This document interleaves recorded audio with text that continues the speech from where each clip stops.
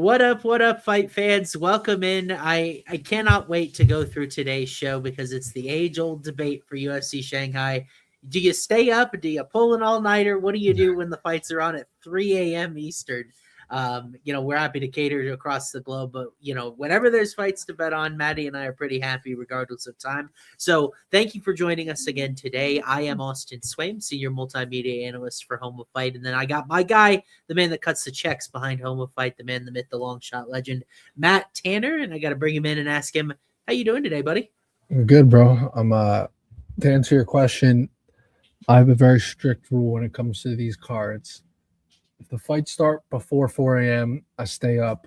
If they start after 4 a.m., like a 5 a.m. card, then I go to sleep. So this weekend, I've already locked in my room at the Hard Rock for Friday night. I'm going to be running through the night Friday, probably playing some tables, and then I'm going to start watching the fights at 3 a.m. till, what do you think, like 10 a.m.? Yeah, maybe not even that late. But 9 are you a.m.? are you a nap guy? Yes and no. Yeah, Yes and no, I yeah. literally can't nap at all, so I don't even have that versatility baked into me. Yeah, sometimes I do. Probably has something to do with the 5 billion cups of coffee I drink in the morning as far as going to back to bed after that. But enough about my caffeine routine, Matty. How did UFC Sacramento go for you? Crazy main event, wild main event. I thought it was a fun, entertaining card. How'd it go from a betting perspective? I would have made a boatload if RoboCop would have got Hernandez out of there. I hit 20K on that freaking RDRKO. Yeah, and then yeah. the last I had a straight bet 3 to win 20 on RDRKO. And then I had a parlay RDRKO to Sergey Spivak money line, which was the worst pick of the card for me. I still feel like that was not the Sergey Spivak. I mean, like, if he would have went out and looked half of like himself and lost, I would have said, oh, well. But, like, he looked so abysmal. Like, how do you look 10 times better against Cortez Acosta than what you just showed us? Like, it was just insane to me. Yeah. So then he loses the fight. And then I'm like, fuck. And I chase on the main event. RoboCop, 15K to win 60,000 by knockout. Chops his legs out. Had a chance in round 2. Had a chance in round 4. Just doesn't get the TKO. Yeah. And then in hindsight, it was like, oh, RoboCop needed the 5-round experience. The thing is, looking back at it, I'm like, damn, I could have just took the plus 175 money line, but it's like I just never saw RoboCop winning the decision. Yeah, I can't really say I really can't say I did either. My model liked it very slightly, but it's one of those things that, like, even when it happens, it kind of feels crazy that he didn't get him out of there and that it actually happened. Yeah. So, I do want to shout out Matty. Did you bet anything on the Contender Series last night? I literally called a couple of them, so I sprinkled on a few things. I hit the round 1 finish on Ariel, however you say his last name. Yeah. I did like a 3-leg parlay. Of course, I had Mir finish as the last leg, and so I broke even, but I didn't really put out any bets. I was just chilling. I want to say that because our guy Dixon says I have a sharp eye for McDonald's employees. Bellamir is the McDonald's employee, deep fryers and toilets. Bellamir, I refer to it as UFC affiliated. So UFC, Dana White's Contender Series, Road to UFC, all of them in the same family. The biggest favorite ever to lose at minus 6,000 or so going away. I saw a frightening amount of $100 Alex Apodaca tickets, which is like, what are you guys pissing your money away on when we're not paying attention? Because that's a crazy bet to make. None of Mir's wrestling grappling credentials translated. It was a wild result. Insane, bro. I got rinsed. Yeah, I got reverse swept. But the good news, at least for me, dude, I got reverse swept last year. Still won the season, so there's a long way to go. I feel like Contender Series, you either win a lot or lose a lot. There's really no in between. There is. And you're on the ragged edge of they want quick finishes, but sometimes it doesn't always deliver. It's just a really hard line to balance. But I feel okay about this UFC Shanghai card. It's not horrible. Like we certainly have had worse ones in China. A lot of new folks. Have you been eyeing any cycle legs yet, or are we going to come up with them? Bro, what's crazy is that I did the Show Me the Money pod with Jason Anik and Tai Tuivasa today, and I literally built a prelim cycle with Jason today that I really like. Which, by the way, that prelim cycle last week was fucking Wesley Schultz guillotine finish away from hitting, and he fucking couldn't finish the submission. Yeah. But that's how it goes. But yeah, I built a nice little prelim cycle we can get into here once we get to the fights. As we go through, let me know what our prelim cycle is as we kind of knock some of these down, because we're going to dive into our prelims. 13 fights, just which seems to be the new stock amount in the Paramount era. Bella had anxiety. Yeah, you never know. Like, MMA is such a tough sport to bet. Like Matty was saying with Spivak, maybe he wasn't 100%. Maybe he was injured. These guys are injured all the time. Yeah. It is a tough thing to go through and to handicap. So we'll see if we can do pretty well through it. Starting with this first one up here at welterweight, we got Ding Meng, your boy. I don't know if you have any attachment to Ding Meng whatsoever. He's taken on Cam Nelson, a UFC debutant in this spot that I got a little bit of a background on, but certainly a rough one, at least to open up from a betting perspective. Ding Meng is minus 142. He flies the China flag, so that's probably why. What do you think of this matchup, man? This guy's got 28 knockout wins. You know, he was scheduled to fight Islam Dulatov. Have you seen that? Back in 2024, August 2024. That would have been a fun matchup. But I think this guy's solid, bro. What's he, minus 140? Yeah. What's that KO price? Probably like even money. Oh, it's plus 170. Wow, KO is that short? Yeah. Whoa. I mean, 28 of his what, 30 some wins are by KO, so I get it. His decision is plus 300. That's, I think, way better. But yeah, I have not taped Cam Nelson at all, though, so I don't have a ton to do here. Well, I turned on Fight Pass yesterday because I'm like, who is Cam Nelson? What is he about? He is the first he is the first fighter ever from Fight League Atlantic that got a UFC contract in Canada. It's a Canadian promotion on Fight Pass. First fight I turned on, he's facing a featherweight, and this fight's happening at 170. So really tough look for like a regional promotion there. And that's like the risk of these guys that sort of come out of nowhere. You have no idea the level of competition they've been facing. This is sort of an accept or reject of Ding Meng as far as a betting line. I honestly think minus 140 is kind of friendly because I don't think Ding Meng's bad at all. We've seen him on the Contender Series. We saw him with a really tough matchup against Jose Souza just because of Souza's length. He's so long. He's got an 80-inch reach in this division, and he's got those giant legs too. And Meng lost on the scorecards to both of those guys. I don't know how much power he actually carries at a higher level of competition, but I feel pretty solid about his chin. He showed on the Contender Series he can wrestle a little bit. And I hate to do this to Cam Nelson because he doesn't really deserve it. But from a betting perspective, I don't really have a lot that makes me feel like he may not be a complete and total can. Like I haven't seen anything close to the level of competition he's going to face on Saturday, and he's only plus 112. I'll pass. If someone else ends up catching that ticket on him, good on you, but it's not. Yeah, I hear that. In China, 7-1 guy. It kind of feels like they flew him across the world to get Ding Meng a winnable fight because like he brings it every time. Like that Souza fight was a good fight. Good comment from the chat. 6 years of MMA experience. Min's gonna sleep him. Nelson doesn't belong. Lay him, pray Nelson. Wow, but I feel okay about Ding Meng's wrestling.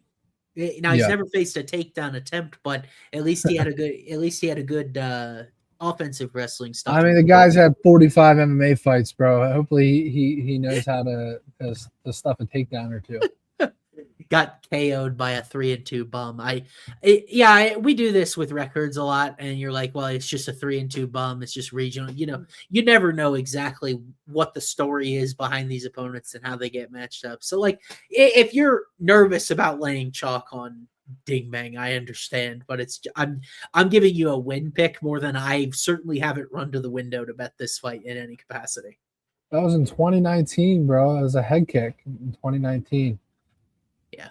And that guy is no longer a 3-2 bum. He is now a 5-3 fighter. Well, there you go. And for the record, you and I talk a lot about head kicks. Like, they're not really a statement on durability. You know what I mean? Yeah. Sometimes you just get caught. That happened to Le'Veon Douglas last week. He got caught.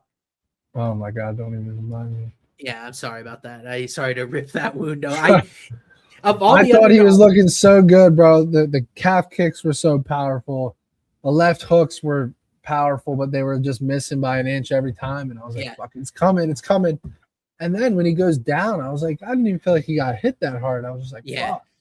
That it was one of those shells up, bro. It's the worst feeling. Yeah, it was one of those unlucky placed ones where apparently he broke his orbital bone like right away. So it's just bad luck. Like because that fight honestly looked like it was going to be a banger as it played out, Yeah. and you may have been sweating that under 2.5 KO just like in a back and forth fight. But yeah. I mean, Jamal Emmers, you said it. Hijab called it. He's good.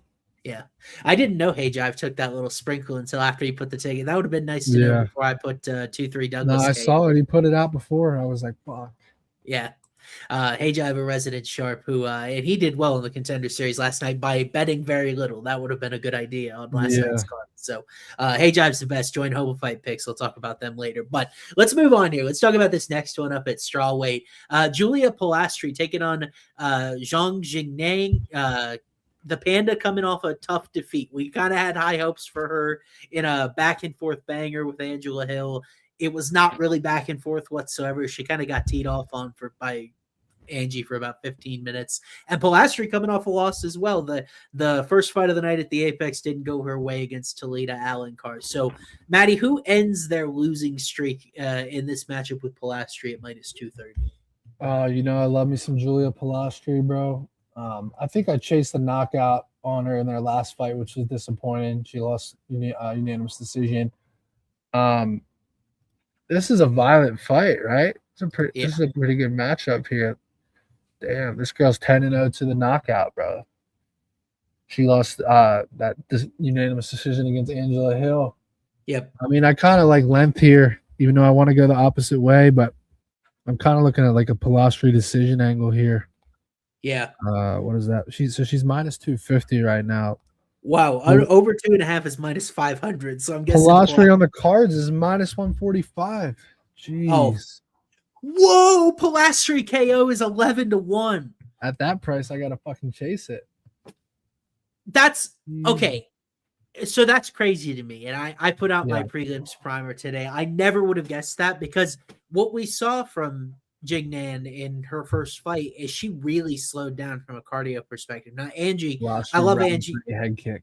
Right, I love Angie to death, man. She's got pillow fish. She doesn't have any power whatsoever. She's not dropping anybody. Pilastri really does throw intention behind her shots. She got Carolina Kovalkiewicz out of there late. And look, I know everyone's going to be like, I'm nervous to back Pilastri because she just went out there and sold against Talita Alencar. Alencar has like this weird snake charm, bro, where people are so afraid to end up on bottom position against her. It's like they stop throwing. Really, Stephanie Luciano is really the only one that kind of kept throwing on the Contender Series. That I think that fight ended in a draw, if I'm not mistaken. But Pilastri is someone that when there is no grappling threat coming back toward her, which will be the case here, she throws out a ton of numbers. She throws out great combinations. I think she's got plus power for strawweight. It is wild to me that she's 11-1 to KO someone that has iffy cardio and she's 38 years old. That's crazy. There was a comment saying, does Pilastri have a submission threat? Because this chick's been submitted, but she was also submitted with 10 seconds left in a 5th round. So I don't know how much you really put into that. That was probably just pure exhaustion late in the 5th round. I mean, I think the best point that you made here is that, when Pilastri's not facing a grappling threat, I think that's like big for her. Yeah, she can keep her rhythm going and just go downhill and get off strikes, but it's still a long shot. Like the chat is laughing at it. That's fine. You guys can laugh all you want, but you're playing the number at the end of the day. 11-1 is pretty crazy. Like I said, I like Pilastri on the scorecards. Yeah, I mean, but 11-1 is nasty. It is the most likely outcome. And by the way, Maddie, this escaped me in the moment. Pilastri got a round 2 submission on the Contender Series against Patricia Aloeas. And it's like, okay, I understand that when you look at Jingnang's record, she's never been subbed, guys. But we learned very clearly in that first fight. I love Angie to death. But the championship level credentials she had in one championship, they don't mean anything here because clearly the competition level wasn't as high. Like, do I know how do I know this girl would fare against Ketlin Souza tomorrow? I really don't know. Souza went to a split decision with Angie. So it's like, and what do we think of her? It's like there are a couple of women strawweight fights on this card. I really called it a division where the margins are very thin. The variance can be very high, and that's kind of how Pilastri lost to Alencar. But in general, Matty, I really like her, and I think actually minus 230 is a big time discount because of her last performance. Yeah, I agree. No model result yet because Jin Nan just hasn't had enough time in the octagon. But yeah, you and I are on it. We're like, all right, let's get off this fight. Let's move on to the next. I'm ready fight. for that next. I'm ready to skip to the next one. Oh no, yeah. Let's talk about this one first because I want to shine a little light on your guy here because Hector Santiago is coming in and making his UFC debut. You know where we found him, Matty? Money Moicano MMA 1. Money Moicano's promotion is where we pulled Hector Santiago from, and he's taking on road to UFC winner Lawrence Louis. Louis at minus 310 in this spot is the guy we've seen in UFC 4, but I gotta say this one's got sneaky banger potential with Louis at minus 3. So what do you think of this matchup, bro? I gotta ride with the dog here, bro. Money Moicano. What's his knockout price? I gotta take a peek real quick. Very, very popular angle, I'm sure, because 5 of his 6 wins by KO. He's a former plus boxer. 575. Jeez. Look, I don't hate that because I think that's how he wins. Yeah. He's probably gonna lose on the scorecards. Yeah, Louis was dropped twice in his first road to UFC fight, so I was a little worried about his chin going into the finale earlier this year in Perth. Yeah. But just a little background on Louis. He's a city kickboxing guy. We actually saw him break out some of the wrestling. He had 7 takedowns in the Road to UFC finale, almost 5 minutes of control. I feel like he's a well-rounded guy. I almost feel like he's a 135-pound version of Navajo Sterling, but maybe a little more chinny, where you think of city kickboxing guys only striking, but he's actually willing to mix it up. And it feels like a lot of those guys are rounding out their game. But I am a little bit worried about the chin. The one thing that I want to note here with Santiago, Matty, is in a karate match, he was body kicked and got knocked out in 22 seconds. Louis likes throwing to the body. He tried 16 body shots on the contender or on the road to UFC finale. So that's something to look out for. I will not be parlaying Louis because he's a little chinny for my liking at minus 310, but I do think he's a good win pick here. But I don't hate Santiago. He's a good boxer. Louis by decisions plus 195. That's probably what hits here. What's sub? Plus 400. Whoa, for a guy with no career submissions, huh? Yeah, that is insane. Yeah, it's just that, Santiago's 0-1 to the sub. Yeah, he's very new to MMA. Like, he had a boxing background before, so you think if something's not quite rounded out, it might be the grappling. Yeah, agreed. That's scary. I mean, you could really only make it a flyer there, though. I would want at least like 7 or 8 to 1 there, Yeah. Interesting comment from our guy Cornsay, who is a certified ball knower. Hector has been the nail so many times in his striking bouts. I doubt his durability is superior to Lawrence. Hey, Lawrence surprised me on. He took some big shots from Sulin Grangbo in that fight. Louis by sub is pretty interesting. I definitely think he's got a wrestling and grappling path, and you have a guy that may not be comfortable from bottom position. I get it. Yeah, for sure. Not a low variance fight. Not something I would want to stake my weekend to. So I'll give you your request, Matty. You asked to move on. Let's do it. Let's go to 135 and talk about our guy Zhao Long. He's taking on Francesco Nuzzi. Or Newsy, however, I've heard both pronunciations. I'm sure I'll get the right one on the broadcast on Saturday. But Francesco's been around, Matty. He was with PFL. He's with Cage Warriors, and so now gets a really tough assignment here. First one out was Zhao Long. I was going to try to sell you a cycle leg here, so I want to hear what your thoughts on this fight are and see maybe if you're on the same page as I am. I mean, bro, I like Zhao Long. I hated, his fight IQ in the Cody Garbrandt fight. Oh, yeah. Well, he should have won that fight. He lost on the point deductions, I believe. Was it 2-point deductions or what was it? Yeah, it was 2 points that got deducted. 2-point deductions, so he lost unanimous decision. I hated how he didn't really. I mean, Cody was on his bike. It's hard for me to remember that full fight, but I believe like late in the 3rd round, he didn't really go for it, or Cody was bouncing around, or so it wasn't the greatest look for him. But I mean, he's fought some decent competition here. Oh, he lost that decision to Su Yang before that fight. But no, I like Zhao Long. Tell me what path are you on? Are you looking at for the cycle here? Okay, ready? Yeah. Zhao Long by knockout, lock it in. I love like a round one bonk here, dude. This is why. So I plus think Zhao 475, by the way. Yeah, I think Zhao is a guy that carries a lot of power in this spot. And Nozi in his last fight, he was actually stunned. He was knocked down like within 30 seconds early in the fight. I think he's a little bit chinny. Now, Nozi is good. He is a southpaw boxer, really quick 1-2. Body kicks and open stances are certainly there. And Zhao is kind of a guy that is like willing to get hit a little bit, if you know what I mean.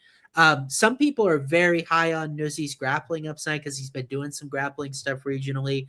I haven't really seen that, at least in the PFL or Cage Warrior stuff. In fact, he was submitted by Mando Gutierrez, DWCS alum, in PFL. So I don't know if the grappling path is there or not.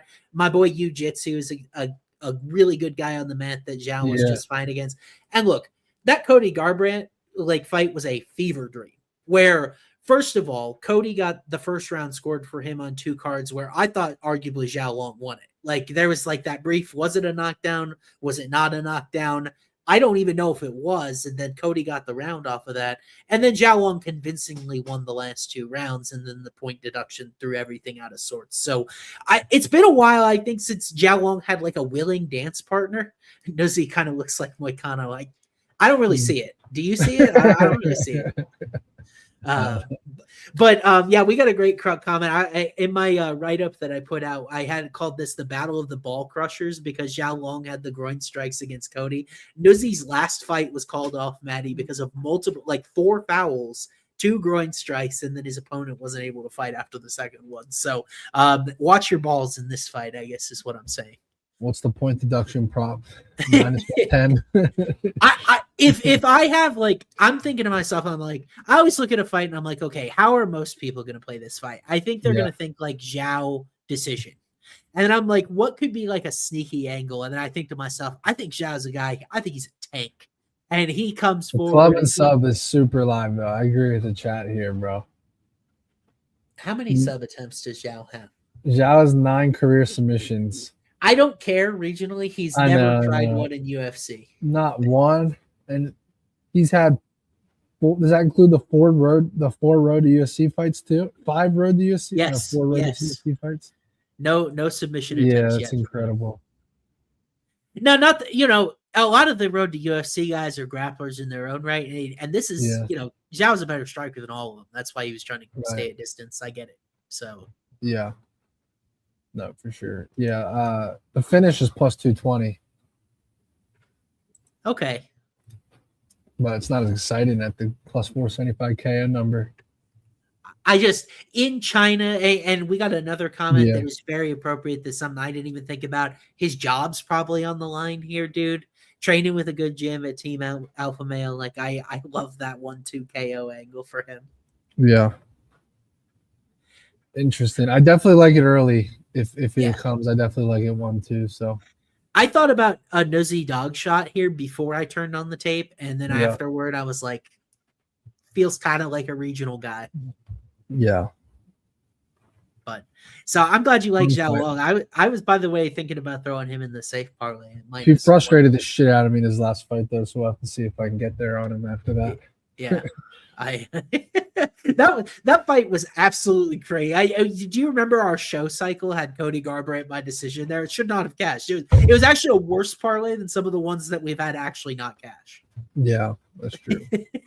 That was a terrible bet, and somehow Cody Garbrandt got it done. But let's move forward here. Let's talk about this next one at featherweight. Let's go. Jack Jenkins taking on the sniper, Sean Woodson. Matty, I think this is a pretty darn good featherweight bout between these two guys just buried randomly on the Shanghai prelims. So Sean Woodson right now, minus 164 or so, with Jack about plus 130. Pretty close by this card standards. So what do you think about Woodson as a small favorite here? I'm very biased. Sean Woodson's my guy, but didn't you play table games with him or something? Yeah. He's a gambler for sure, bro. But yeah, I love Sean Woodson's style. His size, his length of his weight class is just unmatched. I think if he can avoid crazy heavy leg kicks, and he's just going to dance around this guy and pop a job out there. Yeah. And I think if Jenkins does anything too risky, he could actually knock him out. But I like Woodson on the scorecards here, like 30-27. Maybe even like a round 3 TKO, kind of like we saw in the I know Woodson in the round 3. He took the round 3 TKO against Dan Ige. That shit devastated me, bro. I thought he was looking good in that fight. But I think Woodson can kind of like gain some attrition throughout this fight and, maybe even get him out of there late. But I think he probably wins on the scorecards here, which it's pretty short. I'm pretty sure I think it's like plus 140. Hold on, let me take a look. This was actually leg 1 of the prelim cycle. Woodson by decision. I get that. Plus 165. Yeah. I get that. I got it. I agree. Woodson. I think Jack's pretty tough. It is. Yeah, I think Jack Jenkins is incredibly tough. Like, he's a really tough guy to get out of there. That knockout loss was a broken arm against Chepe, just kind of a fluke thing when he posted up on it. So, like, I think he's a really tough guy to knock out. And I had to double check my notes. I'm like, is it really a 10-inch reach edge? But it is a 10-inch reach edge for Woodson. Bro, that's insane. The legs are very long as well. I'm a little scarred by this because of how the Coway Fernandez fight went a couple weeks ago. But I do think Jenkins' leg kicks are a big weapon for him here. Yeah. Interestingly enough, Woodson took like 20 of them from Jordan and he wasn't really bothered by it. I think Jack throws a little bit harder. Jack's a guy that's just really tough for me to fade in any circumstance because all of his numbers look so good and I'm a numbers guy. Not the best competition though. I don't think he's got like overwhelming submission upside. And the thing that you may hear in this breakdown is that Jenkins has wrestling upside. I think it's going to be really tough for him to wrestle Woodson. Bro, I don't think he's going to be able to. Woodson is just the distance management and the reach, and then Woodson's pretty good up against the cage, the takedown defense.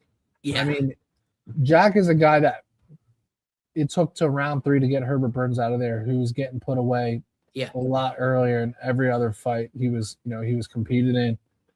I just don't think Jack Jenkins is dangerous enough to get Woodson out of there. I think Woodson's going to style on him, for 2 to 3 rounds. So I think he's a very well-priced favorite here too. The money line's not that expensive. Yeah, I think he's up to minus 180 though. I have Jenkins model. Or no, he's minus 145. It went the opposite direction. Yeah, I got to get on minus Jenkins. 145. I'm in on that. I have Jack a small favorite. The only thing is just the layoff that is a little concerning. I don't know what he's been up to. Yeah. The one thing I guess that I'm a little bit concerned about with Sean is that like it felt like he was starting to slow down in that crazy Padilla fight a little bit. And then he did slow down a little bit against Ige. I just hope he did, for his sake, he doesn't end up getting like slowing down a little bit. Shots start coming, and Jenkins is a guy that doesn't really slow down a lot. So I like I said, unfortunately, Matty, I've got Jenkins modeled a small favorite. So it's going to be him or pass. I have not played it yet, but this is a very good comment, bro. When you're throwing a leg kick against a guy that has a 10-inch reach advantage on you, it kind of makes me want to take a stab at the KO at plus 425. And we've seen Woodson put out Fernando Padilla in round 1. I don't remember what that sequence was. If it was like, fight. Was it Padilla pressuring and he caught him? I can't remember. It was Padilla pressuring and he caught him. Crazy fight. That's right. I was at that fight live too. I can't believe I don't remember the exact. Woodson was hurt early in that fight and he was able to rally back later in that round. Yeah. I mean, if Jenkins gets reckless and is throwing way too much behind those leg kicks, like I can see Woodson catching him over the top. So I think it's a really good comment from the chat here. This is a puzzle that has been very hard for a lot of average-sized featherweights to solve. Like Jordan couldn't solve it. Like Yusuf Zalal was never able to take him down. Woodson's a really tough guy to even get your own offense going against. Like Alex Caceres, minus 20 striking differential. It's like all of a sudden you look up and you're like, man, I can't really get to this guy. And it's been 15 minutes and Woodson styled on you and wins on the cards. It's why I don't want to go crazy at Jack here, but I do think maybe this number should be a little bit closer. I mean, I get it, but I mean, Woodson's been in there with Dan Ige and fucking like, I just can't get there on a guy like Jack and his skill set. Charles Jourdain, Fernando Padilla, Dan Ige, Yusuf Zalal, bro. Like, come on. Yeah, I'm gonna give you the YouTube commenters love when I do this. because they can yell at me in the comments. Like last week when I said RoboCop was a better wrestler than Brendan Allen, I don't know. It looked like he did a pretty good job defending those takedowns, just saying. Yeah. But I think that Jack Jenkins would beat Ige pretty convincingly tomorrow. Oh, God, bro. Because of the takedown upside that he's got, plus the power and like, but Ige's older. If you think that, then you should be hammering his money line here. I've got him favored, so. Yeah. But Woodson's a very different matchup than Ige, bro, because his takedown defense is very good. Yeah. Oh, I got an agreed in chat. Take that, YouTube commenters. Appreciate that. Oh, yeah, that's more like it. Austin, you tripping. Yeah. That's more like it.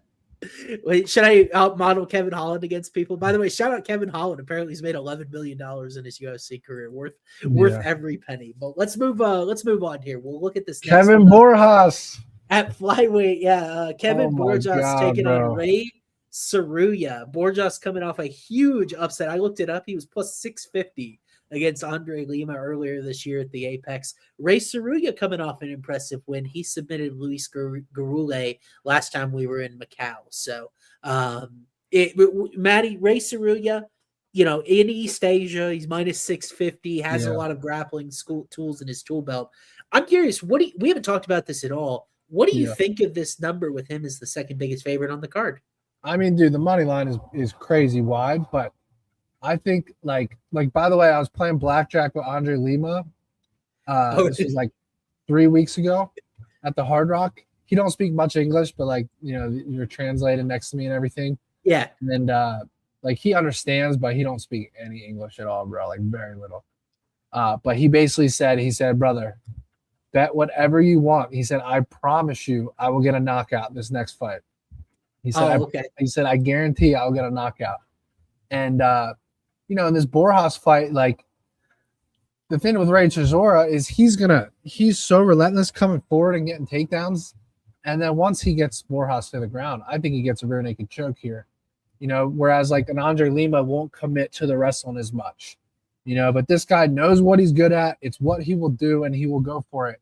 And he could get caught coming in, but if he doesn't, it's only a matter of time before I think he gets Borjas to the ground and gets a choke here. So I really like right here by submission.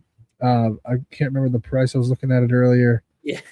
It is the Andre Lima knockout. We'll talk about that here in a second. But plus 475, you got to be fucking kidding me, bro. I mean, that's like an auto cycle for me at that price. A KO? It's an auto cycle. Submission for Ray Chisora. I'm retarded, dude. Plus 120. Okay. I'm sorry. There's no way it's plus 475. I would have literally freaked out, bro. I would have put everything on that. Yeah, it's plus 120 here. That really fucking sucks. But I think he gets it. I think it's the freest submission on the card. I just don't see Borjas being able to run away from this guy for 15 minutes.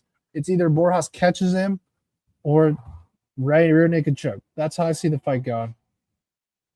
Yeah, I actually, so I feel like I'm in Groundhog Day because I've done this exact same thing with Kevin Borjas. Like, do I need to make a universal call for respect to go on Kevin Borjas' name? Because even from the freaking Contender Series, he was matched up against Victor Diaz, and everyone said, "Oh, he's going to get submitted," and he didn't get submitted. And then they matched him up against Alessandro Costa, and Costa to the point he was able to ground and pound him out of there. I mean, Costa is a physical specimen. He's completely built different. If I understand at this point if Costa is taking you out of there. The Josh Van result, these guys both share, lost by decision, look different, but that's what Josh Van does. But then you made him plus 800 against Imanol Rodriguez, and he hurt him early in that fight. He was seconds from getting the knockout finish, ends up gassing out and losing via KO himself. I feel like Borjas has been really competing in these thin margins here. And his takedown defense, 72%. I agree with you that Saruya is going to be much more relentless than Lima was. Lima kind of has to protect his cardio a little bit, whereas Saruya is a guy that will just keep coming. How many did he try against Van? Probably 30, right? How many takedowns? Yeah, he was relentless, bro. If he's not going to get discouraged against Josh Van's elite takedown defense, I can promise you he's not going to get discouraged here, especially against a power puncher like Borjas. Yeah. I can't believe the sub's plus 120, bro. I thought it was, but I do think Borges can win in that same fashion, though, if he's having great success stuffing the takedowns, because Carlos Hernandez was able to stuff Cerullo's takedowns as well. I mean, there's a path for Borjas by decision, honestly. Like, even if he hurts Ray, I think Ray can recover. What is that? Yeah, I like Borjas decision at plus 900 is what I've got. Yeah. And then Ray by finish is minus 140 range. But I call them these money glitch lines. It's like, how many times is Kevin Borges as a huge underdog by decision going to hit? You know what I mean? Yeah. So it's a little bit scary. I have Cerullo sub, by the way, plus 194. It's the most likely outcome in the fight. You have it what? Plus 194. Oh, I thought you said minus 194. I was no. Shit. I only have Cerullo money line minus 211. Which is still pretty convincing. But I mean, look, at the end of the day, if I need a sub for the cycle, I'm gonna have to go to this. But if I find something with a little more value, then I'll probably jump off of it. You guys trust this guy way more than I do, because I remember the Hernandez fight. It was a sloppy decision. He's only 24. Like, he's a very developing and early in his career. But I mean, fighting Josh Van is great experience. Going, this is a big step down. Yeah, he got destroyed in that fight. Is the problem. I know, but he didn't get finished. He also does have some punches, some ground and pound finishes here. Or no, hold on. I was looking at Borjas only been subbed once. Why did I feel like it was? It's because he's been finished on the ground a couple of times with strikes. That's why. So he got finished ground and pound back in February. Then he got finished by Alexander Costa. The punches from back mount. A lot of people in chat like the Ray KO at plus 400. I mean, a guy that's only been subbed once is plus 120 to get subbed against a submission guy. Like, it's just like fucking crazy, bro. But it's like he's been finished on the ground 3 times in the UFC so far. Even though they weren't all submissions, he's getting finished on the mat. Everybody laughed at me when I took Borges against Lima. I got 13-1 on his decision. Everybody laughed at me. Are you doing? You got to run it back at that rate, bro. I have to. My model. You have to run that back. You're playing with house money, and honestly, it's a great number again. I think Borjas is a lot better than people think. Yeah. Training. I've always liked him, bro. I've always liked him. I'm the one that fucking bet. I bet. Who did I bet? I bet his KO against. I think it was Imanol Rodriguez or Sumidurgi. I can't remember, but remember he hurt him early in round 1. Which fight was that? Was that Lazy Boy that you took that against? Yes, Renato Rodriguez. Yeah, Lazy Boy had the craziest fucking chin. That fight was like Marvin Vettori-esque on steroids, bro. It was like the craziest chin I've ever seen in an entire UFC fight. And I was like sick about it. I was like, this is my guy, Borjas, bro. He's good. He can beat the shit out of somebody. And then he drops 2 fights in a row after that, and then he comes out and wins against Andre Lima. It's just MMA. It makes no fucking sense. Right. By the way, this Pitbull gym from Peru, they're putting a lot of these smaller bodies in the UFC. Remember, Rodrigo Vera pulled the upset in China last time. Another one of his teammates is on this card. He's the poor kid that has to face Bilal Hassan. Nielsen Rojas. He's another kid from this age. Like, it's a good developing gym. Jesus Pinedo, PFL guy's been there for a long time. Like, I think these Peruvian guys, they always have great takedown defense. They got great cardio. They keep getting matched up with grapplers. I don't know why UFC keeps doing that, but I mean, dude, plus 420 is crazy in this fight. There's no doubt about it. That's kind of the way I bet. And whereas I totally get Ray sub here. If you're like, I feel like that's the best sub on the card, because high level, I don't know if I really would like any subs more than that. Yeah, that's what I'm saying. We got to keep looking, but we'll see. Now I'm starting to think I might have to play that Luis sub someone was talking about. Why is that only plus 400? It's just bonkers to me. It's possible. Yeah. This also true about the Peru guys. Crazy chins. Very good recovery as well. So I enjoyed the discourse, and I think both sides of that fight are open and can be talked about. But let's talk about this next one up here. We got the featured prelim. Matty, your guy. Andre Mascote Lima right here in the next fight. He's taking on Namsray Botbayar, fresh off road to UFC. Another flyweight bout here with Lima trying to get back on track. That Borjas fight, just weird. It never really came to him. Now he's got a debutant on the other side. So what do you think about Moscote at this spot? It doesn't matter what I think, bro. He said that whatever it takes, he said, I promise you, no matter what, I'm getting the knockout. The Joe Anderson Brito rule. I overruled. And it's plus 225 right now. Oh. You know, a guy coming off that type of loss, the way it happened, locked in, I'm riding it, bro. If it loses, it loses. Yeah, I get it. I do think Lima's dangerous fresh in this fight. Have you got a chance to tape Bob Bayar? This guy just lost to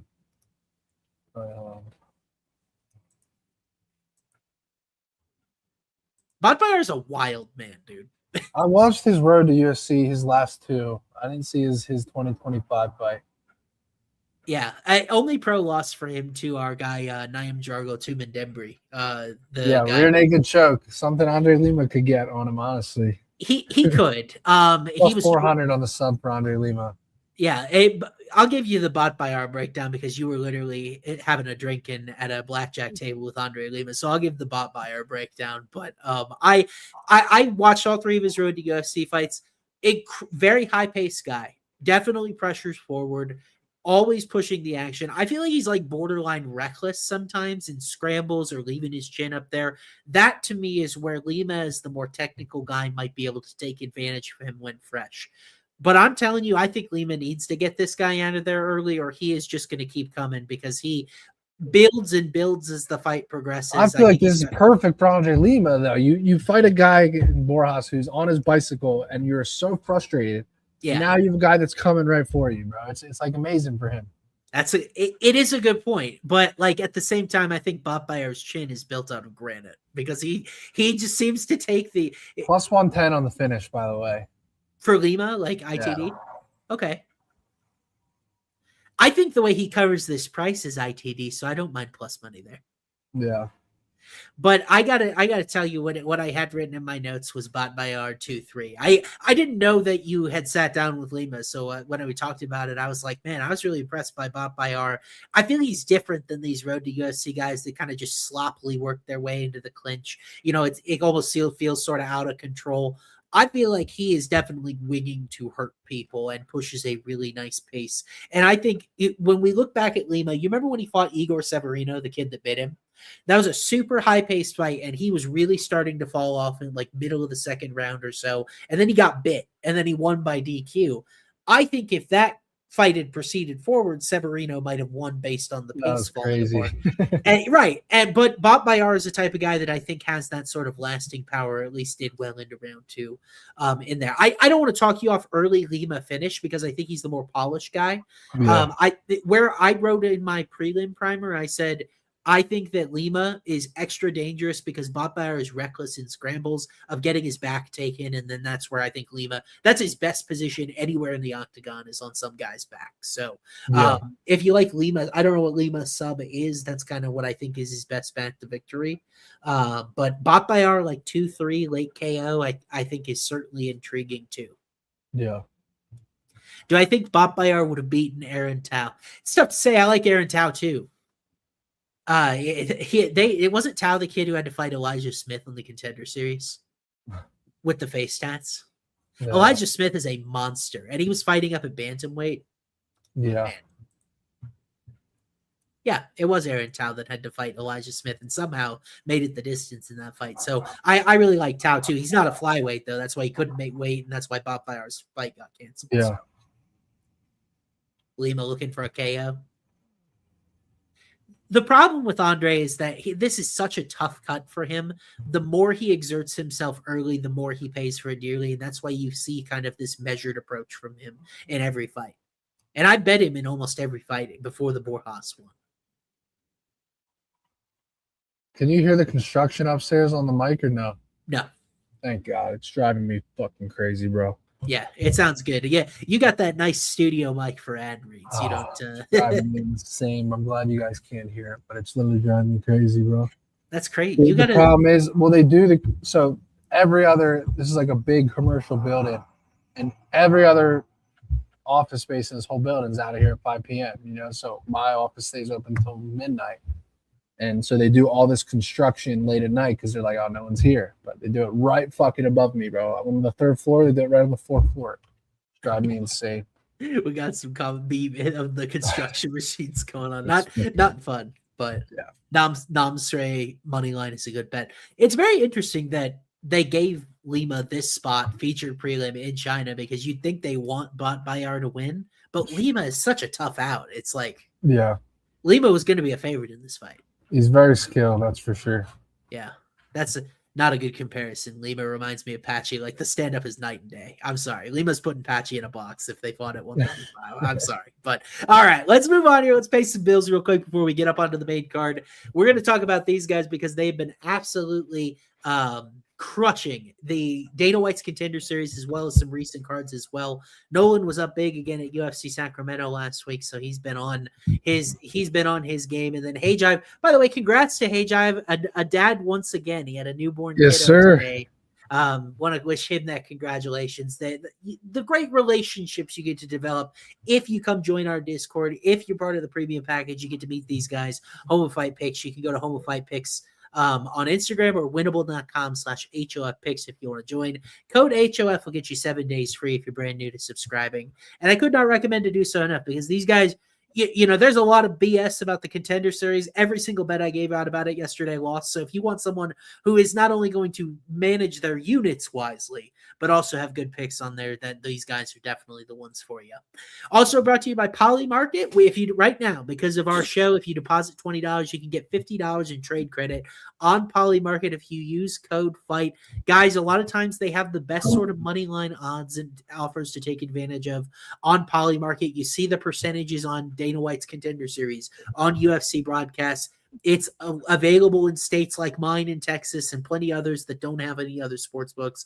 Great. Poly Market is the place to go. Use code FIGHT. You can get $70 just for $20 in deposits. And you know what you people love out there. It's one of the most popular things anywhere in Home of Fight, in MMA circles. Our repacks by collectibles.com. You can pull cards up to $4,500. We have special packs. We have elite packs. It really does not matter. You can pull either at repacks by collectibles.com and have a chance to win a huge collection item if you go to homeofightcards.com. And it looks like we already have this pack. Logan's coming in. Rip 2 for them, bro. Can we, and I'm so glad Logan's here because I know he's technologically savvy. Can we make sure to zoom out so we can see the card if you want to hit like command and zoom out? Yeah. You can't see it right now? Oh, you're saying it's gonna, okay. Yeah, when the card opens, it may not be. Wait, I gotta choose. Guys, get your usernames in chat. I gotta choose somebody. Boom. Haven't seen this one. Naughty Knit. It's kind of an odd name, but that's okay. We'll still give you a one anyway. We're ripping 2 cards, guys. Put your usernames in chat, and then if you have one that catches my eye, you could win the other one. Let me see if I can see. Reckless one. That is a little bit better, I think. His widescreen monitor. Well, I mean, I think it has a higher chance to actually get the full card in there. His widescreen monitor is crazy, bro. Yeah, it's 57 inch. I told him not to get this one. All right, here we go. We got the person. Let's open it. Good luck. All right, Naughty Dick. Let's see what we got for you. By the way, this is the way the process looks, guys.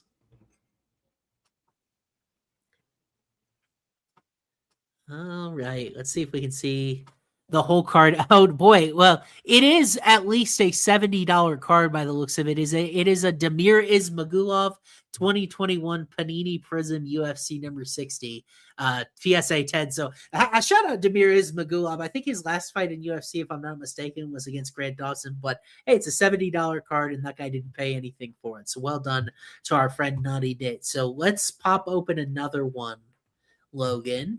Let's do it. And I am going to go with, and this is a story of participation. Acid Legs fan has been in chat giving us takes this whole time. He hasn't just shown up for the fight card. Some of you guys may have it on an alarm clock to show up just for there. But Acid Legs fan has been in here, and I don't think we've given him a card yet. So Acid will get you a card here and see what you're working with. Man, what the Demir Ismagulov slander in chat? James Vick would have been better? Absolutely not. Acid, I already picked you, bud. I got your username on the screen. Let's see if this is going to work. He's gotten 4 cards.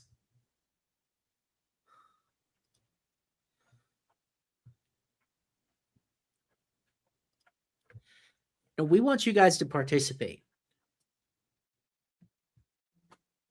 That looks like Bobby Knuckles. Second one's just loading. All good, bro. Yeah, once it's loaded, you just gotta exit out. Good. Oh. Get a repacks. 5 packs for the right.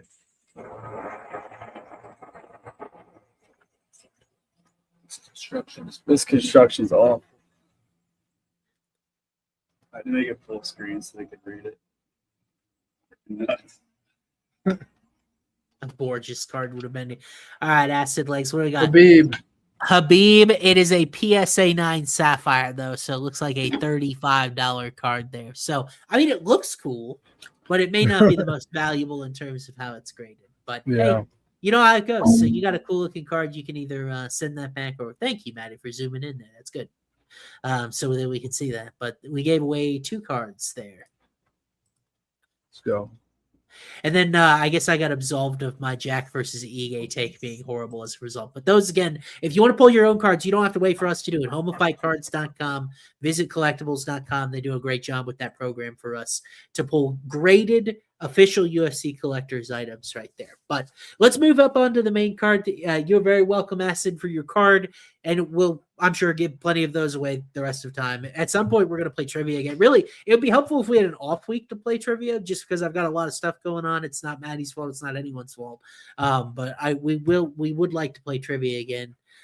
But let's get up onto the main card here. We got Maddie, the star of the Contender Series, probably so far this season, Belal Hassan taking on Nielsen Rojas. And as a result, main card in Shanghai for your first UFC fight. Biggest favorite on the card. I guess it doesn't really get better than that. This kid hasn't given me any reasons to fade him yet. Has he given you any reasons to fade him yet? Bro, I think he's like the fastest fighter in the entire UFC right now. Like, yeah. Is that fair to say? That's because it's a flyweight. Yeah, I would agree. Yeah. I mean, it's insane, but they're not giving him an easy task here. This guy's 9-0. Yeah. 9-0 with 7 knockouts, and he looks like a monster. So this one will be interesting. You know, just at first glance here, I kind of am looking at like a 2-3 angle for Hassan here. You know, against a guy that's historically durable, is 9-0, 7 knockout wins. I don't think that Hassan's going to be able to just put this guy away instantly like the last fight. Round 2 knockout is plus 425, and round 3 is plus 650. Dang. Hassan over 1.5 is like minus 122 if you parlay those together. Wow. So then you get the decision too. Yeah.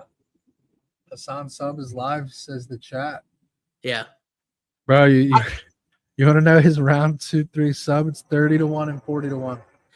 Oh, Hassan does have that in his kit. So it is something that just because he's got the speed, because he's got the knockout power, you don't want to completely forget about. Yeah. But these guys are obsessed with the knockouts, man. They never want the submission. I know. When they've got a choice, it's always KO. It's funny because if you just look at these guys' pictures, you're taking the guy on the right. Yeah, I mean, like, and the thing is, like I mentioned, Pitbull in Peru, Rojas trains with Kevin Borges. I like the gym. Rodrigo Vero is one of the guys from there as well. Like you said, he's undefeated. I mentioned all the attributes you usually get: good chin, good takedown defense. I don't think this is like a layup for Hassan. He may end up aging as one of the tougher guys that Hassan ends up fighting for a while, because after this, they're going to throw him in there against, you know, your Chapelines or whoever. I can see his next fight being a step down from this. Right. And like, you know, we never know where Rojas is going to go from here. And like, it reminds me a little of, you remember when Kavanaugh fought Jose Ochoa? And that was overseas again, kind of like this. And you're like, wow, Ochoa is really talented, but at the same time, he was kind of a step behind at that point. Hassan's just so well tested. If you didn't watch the Contender Series, you don't know him. Longtime CFFC champion. Like, we knew he was coming for a long time. He was until yesterday, the biggest favorite in Dana White's Contender Series history. Unlike Bellamir, he's actually very good at fighting. So I think Hassan's like a top 10 flyweight on the planet right now. Is that like a crazy take to say? No, it's not crazy at all, bro. You never really know, like for a fact, but he's 25. He's been through the development program. Like, I don't see a lot of holes in his game, at least once we've seen exploited to this point. So maybe I would like to see a little bit longer fight and see kind of how the pace maintains, how his cardio maintains. Can he mix up his grappling? Like, those are all questions that I'd like to see answered, but I do agree with a pretty sizable favorite against anyone that's not really proven at this level. Yeah. But the under might be a little bit too short just because he slimed out India there in like 20 seconds. I know. He's nice, bro. He's so quick. Yes. I mean, that poor kid they made him fight on the Contender Series had no chance. Yeah, zero. So I mean, we're in agreement there. There's what do you think about the total with 1.5 at minus 160 for the over? Say it again, bro. I can't hear right now. Oh yeah. Oh, it's starting to creep in when you talk, by the way, but it's not bad. It's not bad at all. But okay. We can tell they're terrorizing you. But over 1.5 is minus 160. I'd rather just play the 2-3 finish for Hassan, but I don't hate it. I don't think it's going to be a layup. This fight's going to be a layup for him. I'm kind of looking at like a base play of Hassan over 1.5, and then I'll add the 2-3. Yeah. Man, those sub numbers are so big for a guy that might be really durable. Yeah, that's true. I mean, 2,500 and 40. I can see him show. I can see him show the grapple in this fight. Now that I think about it, just to be like, oh, you guys seen this now? Like we see a flash KO and like he's this upcoming superstar. Like, what if he pulls out a submission here? I can see it. Somebody on this show, someone that apparently only gives out terrible picks, gave out Anthony Wynn round 1 sub last week at 8-1 and said maybe he shows off the toolkit a little bit. I'm just saying maybe a little something else there. What is Hassan points, by the way, if this game? Plus 240. Plus 250, and the sub is 10-1. That feels kind of short. Yeah. Get this little John Jones loves vodka peasant off of the stream. Humphrey scenario written all over it. Oh, that was crazy. That didn't know how to defend a Kimura. Oh yeah, his defense was just kind of like be strong and pull against it. It was crazy. Yeah, bro. But that was an elite read on the submission, though. Yeah, I just figured that was Chapman's weaker angle, and we'd seen him go to an arm triangle before, so. Yeah. Hey, sometimes I get him right. Now, unfortunately, that Medeiros-Jones total really hurt me last week. That was like one of the biggest misses, which is a crazy result that Mason Jones went out in less than 2 rounds to freaking Medeiros. Oh, my God. I could not believe that. I mean, Medeiros has been kind of an unimposing point fighter his whole career, and he finally sits down on one and really had Mason Jones is just, he don't give a fuck, bro. He's kill or be killed. The dude has to wrestle before he's got multiple concussions. Please. Yeah. Mason, in your next fight, listen to me. Please mix up the wrestling early. But we'll move forward here because we have a light heavyweight showdown that is more of a showcase in a way. We'll see if it comes to fruition. Sei Liu taking on Levi Rodriguez Jr., who's trying to wash out that bad taste from UFC OKC. He lost to Felipe Franco that night. Liu makes his UFC debut. Matty, have you seen much here on my nickname for him is Big China because this dude is a monster. Have you seen He's gonna knock Levi Rodriguez out, bro. Why are these odds so tight? Dude, this is crazy to me. I mean, Matty, there's a lot we don't know about Liu. Minus 135 on the KO, bro. Are you fucking kidding me? Wow, we immediately had 3 like Levi by sub takes. Oh my God. Minus 135. Unbelievable that Levi is like a consensus in our chat at the moment. No, he's getting knocked out. I have to say, Liu's tape is a lot of fun because he is this giant man. Like he towers over everyone. I don't believe his reach is 77 inches. I'm putting this dude in the fucking cycle, bro. By KO? Yes. I might do a chalk cycle. Ray Chisora submission. this dude by KO. The cycle's gonna be like 6-1. Umar by decision at the Umar end. by decision. It's fucking free, bro. The Austin. I'll just take the Umar fight to go the distance. The chalkiest cycle of all time. It'll be like 7-1 odds. Yeah, guys, I cannot turn around and in good faith. I understand the unknown with Say Liu.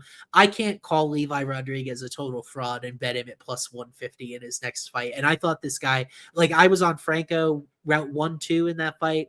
I thought that he might have been a complete and total fraud.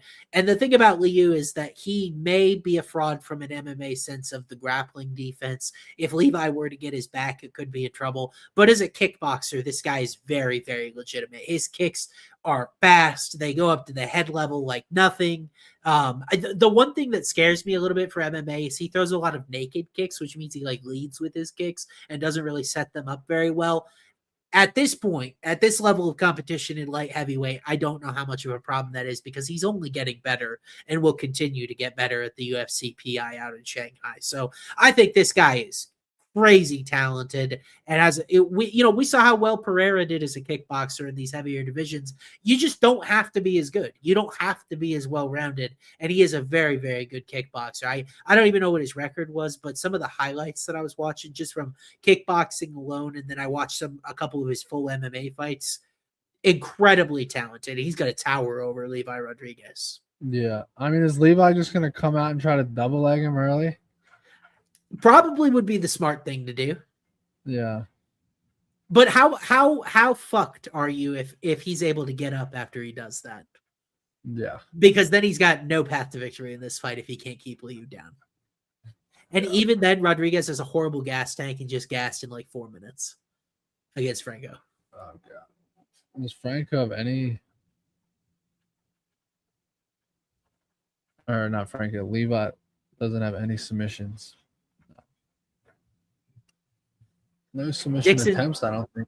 Expecting a Brazilian to wrestle. I don't know. Mario Piazzone did a good job wrestling last night. Did you see the box score on the Uriel fight? 0 significant strikes for both guys because Piazzone just charged headfirst into a guillotine. Either fighter by knockout is minus 425. Damn, that Why feels is that pretty so expensive? I mean, because Rodriguez, in my opinion, I don't see Rodriguez as a guy that has like a lot of in general grappling upside. I guess you could justify it in this matchup. Yeah. But didn't Rodriguez, it was a ground and pound against Freddie Vidal, wasn't it? On the Contender Series? Yeah. Man, you guys are crazy with that Levi sub. What are the odds on it? 18-1. What are we doing? That's a situation where you would have hoped to have seen it around like 5 or 6-1 because then odds makers actually believe he has a chance to submit him. If they're leaving it out there at 18-1, it's a prayer. The Che Liu is 20-1 to win by submission.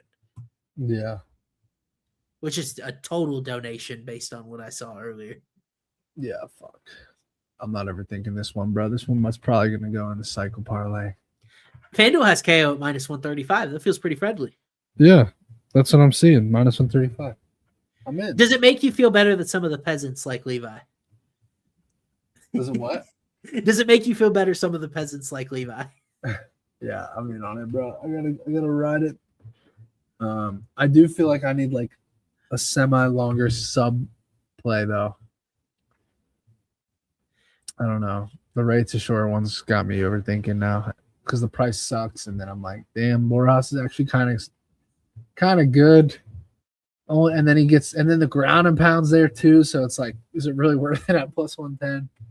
We have multiple people saying that he has been drilling BJJ in camp. What's the source on that? A Peyton or I gave out Urbina round 1 KO and I didn't even fucking play it, boys. Why do you guys have to make me remember that shit?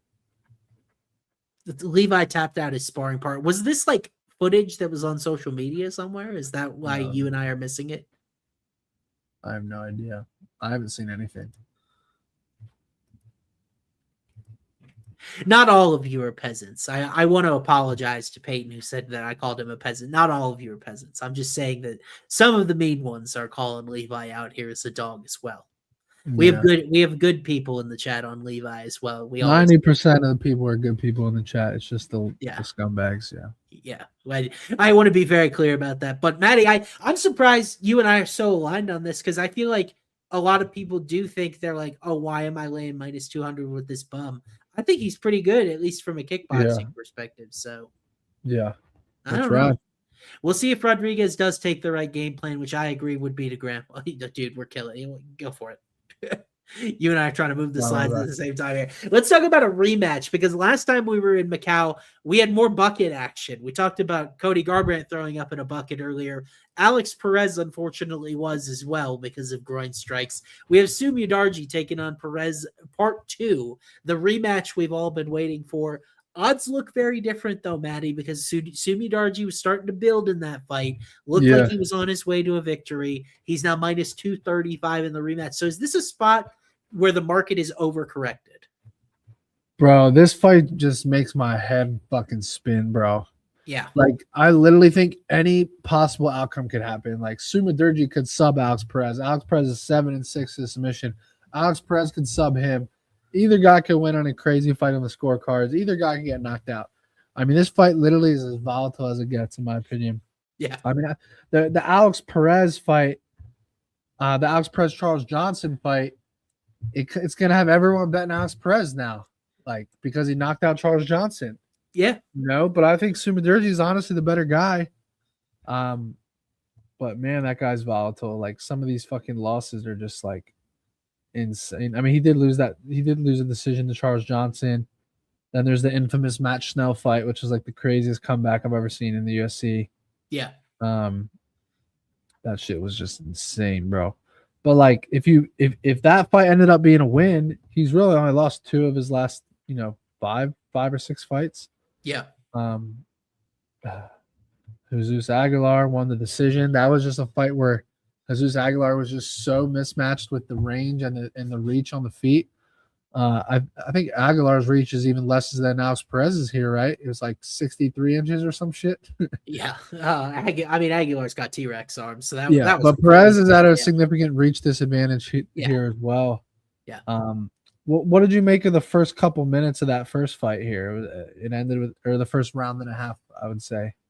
So I was on Sumi Darji ITD, and he dropped him early in that fight, and it looked like it was trending toward sort of the beginning of the end, which is, I think, among the reasons why Perez ended up taking the way out that he did. But like, Perez is a guy, he's a little bit older. If he gets clipped early, that can happen and sort of throw off whatever game plan he might have had. Yeah.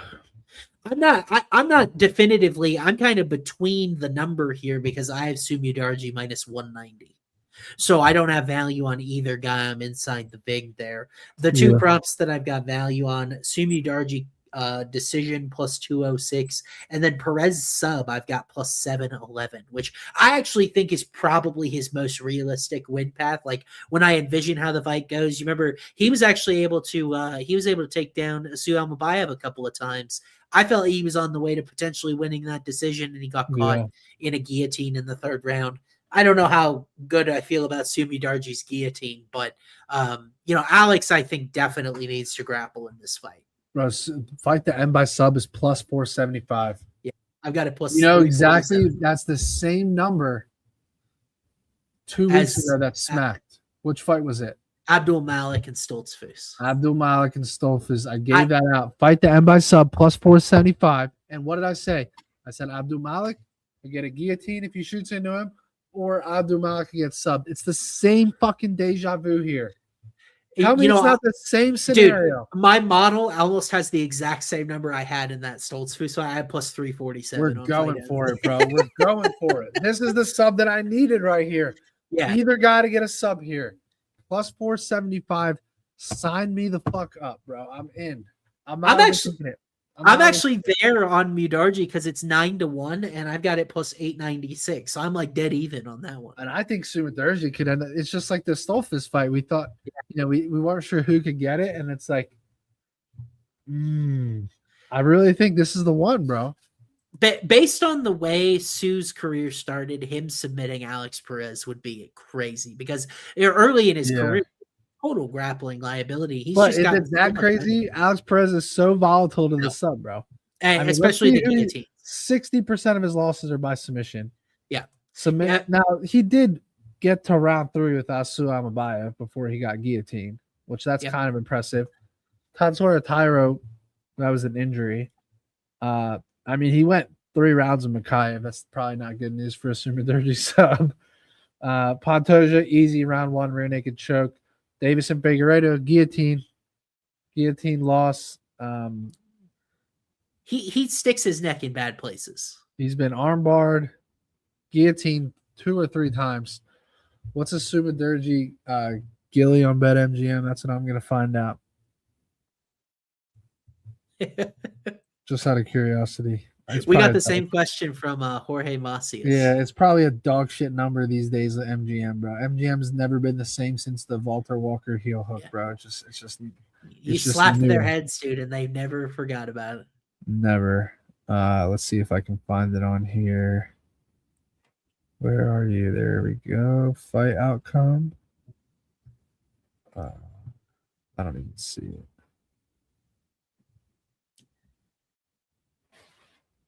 I do like Budarji points if you like his side. I think that makes more sense than. I know he clipped him early in that fight, but it's still flyweight. And Perez's last loss by like an actual knockout was Joseph Benavidez in 2018 because the Tyara leg injury doesn't really count. All right, I don't see it up right now. It'll probably be up tomorrow. Yeah, the knockout, we got a comment, the knockout in the points line for Sumidarji is the same. It is the same. And that's sort of fading the angle of like it looked like Sue was trending toward a knockout in the last fight. And that's kind of what whenever I get these rematches like this, Matty, I want to get far away in the market from what we saw because that's what everyone's going to bet because they think that every fight's going to look the exact same when they dive in there. And that just very rarely ends up being the case. Yeah. I think Perez wrestles, and for better or for worse, one of these guys gets a sub. Really? Final answer. I hate overthinking it now because like just seeing Perez go the distance to Makayev, and then a lot of his sub losses. Who's Makayev out here subbing? No. Oh, he did get Filio in round 3, but Filio is a dead man walking. I think he had some grappling submissions too, if I remember. I mean, Makayev is a top 10 flyweight in the world, brother. Whatever politics you're going on to keep him out of UFC, he's a great fighter. Yeah, he did Darce back in 2024. And then he arm triangled Tim Elliott, bro. And then he, rear naked choked Filio. Malcolm Gordon, doesn't matter. Round 3, it took him to get Malcolm Gordon out. What the fuck? I remember that fight. I bet on Malcolm Gordon in that fight. Is that not the most Austin thing ever that I bet Malcolm Gordon in that fight? And I remember doing so. Yeah. I thought Makayev was going to shoot into a sub. Yeah. How many subs does Sumiderji have? I think he's got 1 on his pro record. Yeah. Yeah. Had to have been a long time ago because it's not in UFC. Yeah. 6. I mean, bro, a combined 12 submission losses between both of them, and we're getting almost 5-1 on the fight to end by sub. I mean, the math has to math there. Yeah. By the way, Sumidarji's last sub, September 2016, just a generic choke. Probably in an audience filled with 15 people. Yeah. I mean, what's the math? So Sumidarji has 28 fights. 6 of them have ended by sub. So what's that? A little less than 25. So like 23%. And then Alex Perez, 6 fights have been by sub, but he has 36 fights, so that's a lot different. But it's a crazy price. When I talk about like tendencies, Sumidarji 0.5 submission attempts per 15 minutes. That's not bad, bro. That's good for him for a striker. That's really good. Like, dude, Umar's at 0.2. He's at 0.5. Yeah. This is a good comment from the chat here. We've seen Sumidarji attempt a couple gillies. It was against Charles Johnson is where he attempted those a couple fights ago. Really good memory by our guy, old man. But let's we spent a lot of time on Sumidarji. What do you think, Alex Perez? Alex Perez was losing that fight, right? Yes. You don't think he's like, oh, I can't really come out and just strike with this guy. I have to wrestle now. That's what I think is going to happen. Yeah. And we got a question. Did he really wrestle? I mean, he tried 2 takedowns in 7 minutes. Like, that's not really the same commitment that I think he needs to come out with here. Yeah. It's a tough game plan when you're 34, but all right, let's move on. Yeah, let's move on. Let's move on before I completely talk to you into putting it into the cycle. It's our Abdul Malik golden goose that we can get back. But let's take a look at this next one here. I hope we're going to be aligned on it. I've got Kai Sakura taking on Aori Qilong here. Kai looked great in his bantamweight debut. It was Cam Sutherland, but he still slimed him out in the first round. Aori Qilong coming off nasty one-sided battering against my guy Cody Haddon. I think Cody Haddon is next up at 135, so no issues with Aori for that result. But what do you think of this matchup? Maybe those wins affecting the money line a little because Asakura is minus 430 here. Yeah, you know what, bro? Everyone's going to be on Kai Sakura by knockout because of the recency bias. Sure. Richie Lone's only been knocked out twice. Yeah. And one with Cody Haddon, who we think very highly of. Ground and pound. You can't tell me the value's not on Kai Sakura by decision at plus 300 here. I like that too. And I want to bet the knockout, just like everyone in the chat probably wants to bet the knockout. But there's just so much recency bias on that knockout. And it's like 3-1 against a guy that's historically pretty durable and that we're confident will probably get outstruck by Kai Sakura. That's a crazy price. And he's probably going to try to wrestle too. Yeah. Who was his other knockout loss to? You talking about Zahabi? Yeah. Zahabi. Very quick. The Zahabi in Canada, very quickly. Yeah, fuck. But the thing is, you know damn well if I play a Sakura decision, he's gonna start them in fucking 60 seconds, bro. I told you before his fight against Smotherman, I didn't like this move to 135 for Asakura because when he faces a grappler at 135, he had problems with Pantoja and Tim Elliott. Now you're gonna get a bigger guy.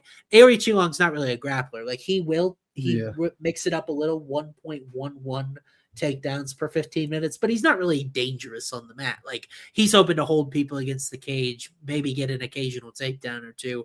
I think Asakura decision and length in his bantamweight fights in general is going to be a really smart read because I just don't think he's going to carry the same power. Smotherman very chinny, Aori Qilong not, in my opinion at least. And he was in that fight for a long time against Haddon, taking an absolute beating. I really don't doubt the guy's toughness.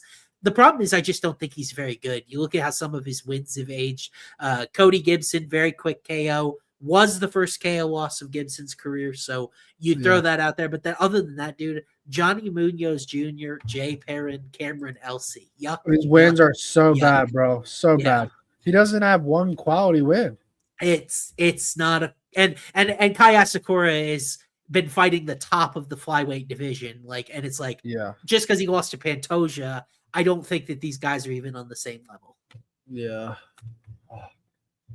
Yeah. I mean, I kind of think laying 4-1 as a favorite is not a bad play here. I did parlay him earlier this week. What did you get? I got Sakura minus 420. So don't know what it sits at right now. But Asakura points is plus 410 on FanDuel, dude. What a number. Oh, that's insane, dude. That's a crazy number. What's the KO? Minus 165. Yeah. Boy, that makes, I mean, I can't even play the decision at 3-1 after hearing that. Just on principle, you know? Yeah. Yeah. I like the move up for Kai, truthfully. Oh, dude. What if they I'll tell you, my guy Jiu-Jitsu would submit him. He can't grapple. He doesn't but they're matching him very intelligently for a fun fight here. I think this low key has like fight of the night type of potential between these two. Really? Because Aori's a zombie, dude. He just keeps coming. I think it's one-sided, but I definitely could see like a fight of the night type of fight here. That's true. All right. Well, it's Kai by KO or decision. You guys decide. Yeah, I do see in chat the comments about the body shots, which like Asakura is very nasty with those, especially like step in knees. Like that would probably be the KO fear more than like how he finished Smotherman to me. Yeah, that's fair. So Yeah, we'll decide. You and I keep doing that. All right, let's move up here. Co-main event time. We got women's strawweight. What else could we ask for? Yan Xiaonan taking on Denise Gomes here, Maddie. This is the first time that we've seen Yan Xiaonan in a hot minute. She lost to Jen Hoba last year, has taken some time off, and now Denise Gomes is also stepping back in, looking to push her winning streak to 5. I didn't even know it was that high before this week. So, Maddie, what do you think about our girl Denise Gomes? She's plus 132 in this spot against the hometown girl. I like her as a dog here, bro. But I mean, Jan hits hard as shit. How do you feel about Denise Gomes' cardio? Like, if this gets to like round 3, though, it's fine. You fine with it? Yeah, fine. This could be a good coming out party for her, bro. I agree. Denise by decision is plus 275. Yeah, I bet her this afternoon. Can she mix in the grappling and just land the bigger shots and win on the cards here? I've got Denise decision plus 227, so I like that value a lot at that number. But I've also modeled Gomes like a 57% favorite here. Her KO is plus 475. I'm not ready to get there. I don't hate it. Not in this. I just think it's too big of a step up for her to starch this chick. I've got plus 412 on KO. I agree with you, though. It's Giannis not. When have we ever seen been KO'd once? You know, you go the distance with Weili Zhang. She shouldn't have. That should have been a round 1 submission. That's true. But with that said, she still went 4 rounds after that with her Weili's, power and striking. Yeah. And then her only KO loss was the ground and pound from Crucifix against Carlos Esparza. And then to your point here, 2 submission attempts in the last 4 fights. That's why I really like Gomes' money line here rather than picking a specific exact angle. Yeah, I remember. I chased the sub on her at the Apex. I was there in person. Yeah. And as she was walking out, she was like walking out. I'm like, submission. She walked out right behind me at the Apex. That was the Gilbert Burns Michael Morales card at the Apex. Which card? Oh, Elise Reed, dude, and she KO'd her cold in the second. Bro, I was like, well, so much for that submission, bro. She fucking killed her. Yeah. It was bad. Yeah. Tisha she is the new Jessica Andrade, dude. I love this chick, dude. Yeah, I do too. Like legitimate decision, bro. I like decision. I agree. I model approved as well. The submission is, oh my god, you know what the number is on the sub? What is it? 14-1. Yeah, I've got 13-1, so that makes sense. Wow. Jan is just a tough girl to sub. Mackenzie Dern couldn't do it in 25 minutes. Jan Hoba couldn't do it in 15 minutes, so we're gonna bet on Gomes. You know what I mean? Yeah, I mean she would have to hurt her, bro. Yeah, Gomes decision, final answer plus 275. I like it. Sign me up. I like that number is way better than I was anticipating, dude. I thought it'd be like plus 200. And some of the people put in chat here, bro. I put in my write-up on Discord. I think motivation is a big thing for Yan in here. She's not close to a title. She got destroyed by Weili in the title fight. What is left to fight for here other than kind of just showing up at home? You know what I mean? Whereas Gomes is rising. She's going toward the top 10. She's on this winning streak. Like, I think momentum is a big factor in this fight. Also, yeah, this is a good point here because earlier the chat said Yan beat Mackenzie Dern. That was 2022 Mackenzie Dern. That's a whole different Mackenzie Dern than 2026 Mackenzie Dern. Well, that was Joe Biden, not Obama. Yes. Whatever. I mean, it does make a little bit of a difference. Conor McGregor was like UFC champion when Obama was in office, but Yan by KO since she knocked out Andrade round 1. What is this fight? What is this fight to go the distance? Minus 275. Wow. I mean, I've got minus 184. Yeah. Just a lot of like respect toward Gomes' power mostly there. Yeah. I mean, I've got Yan 11-1 to find a finish, so that sounds right to me. That's crazy. She did get Andrade out of there when Andrade took the fight on like 2 weeks' notice. Yeah. She's got some pop in her shots, that's for sure.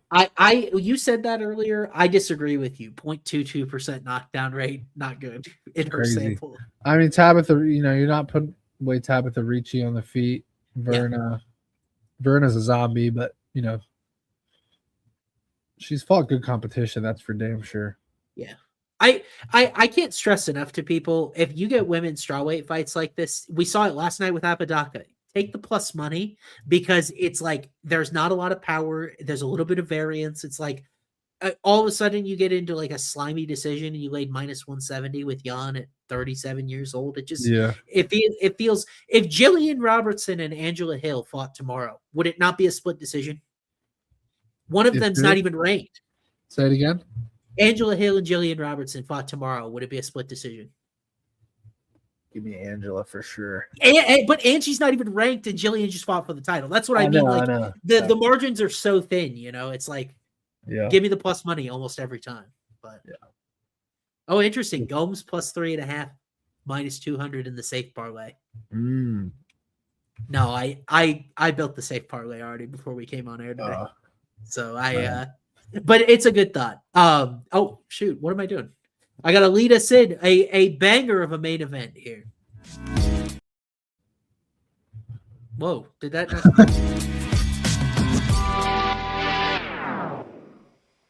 It was my fault, Austin. I just never announced my presence. Oh, okay. So Jake and I were trying to do it at the same time, and I accidentally canceled. I'm going to just shut up. You got this, brother. No, you're good, Jake. Shout out our guy, Jake Noekra, by the way, who saw Nick Galanti coming before anybody, because he's always on the boots on the ground with CFFC. But our main event, we got Umar Nurmagomedov taking on Song Yadong, Matty. As high of a level as it gets at bantamweight, like, either one of these guys are championship caliber fighters. It's just who they have to go through to get it. They may never actually get there, but at the same time, we know how good they are. And Umar, of course, coming from the place that he does in Dagestan, he's minus 530. What do you think about this matchup here with Song Yadong? Your guy, you're always all over him. You were all over the finish against Davison. He's plus 360 in this spot. Is that a big enough number for you to potentially take the plunge on an upset? You know what I would take a stab at here? The plus 360 is not enough juice for me. Okay. But in China, hear me out here. Now, don't get it twisted. If I'm going to pick who's going to win the fight, I'm going to take Umar. But Song Yadong by decision is plus 800. In China, you just got to hurt him a few rounds, bro. Umar can get the takedowns eventually. But, like, if Song Yadong can have a few moments in a few different rounds, he can steal this shit on the cards, and nothing would make me happier if that happened. Song Yadong by decision in the cycle. I love it. I can't fucking do it, but you have no idea how badly I want to. What's the number? You can't tell me. The guy's obviously been through so many wrestlers now. He's been working on his wrestling defense. We see all these clips of him training with guys. Can he just land a few big shots, have some moments, stuff a lot of takedowns, and then let this be a close decision on the scorecards?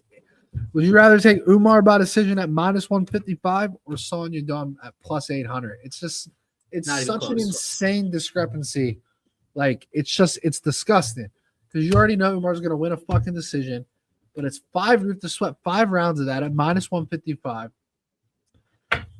I just think Song Yadong by decision at plus 800 is the most valuable play on this main event. I can't take him by sub at plus 2,500. I also don't think he can knock out Umar. I mean, he could, but Umar recovers and he uses his grappling to do it. I think there's a much better chance that Song hurts Umar but doesn't finish him versus like knocking out Umar, So I think I might take a stab at Song Yadong by decision here just because the price is so good. Yeah. Matty, you and I 100% aligned. Not the first time we're going to be. This price is ridiculous. It is completely and totally ridiculous for a guy that we saw less than 24 months ago lose to Merab Dvalishvili. It's like, and I like Merab a lot, but we saw how close Song Yadong and Piotr Yan fought. If Yadong and Dvalishvili fought, I feel like Song would compete in that fight. And he's plus 360. He's plus 360. What about Mario Bautista? Mario Bautista stunned Umar. What's the other fucking bantamweight that stunned Umar? Tell me Song Yadong can't hurt Umar? He can, bro.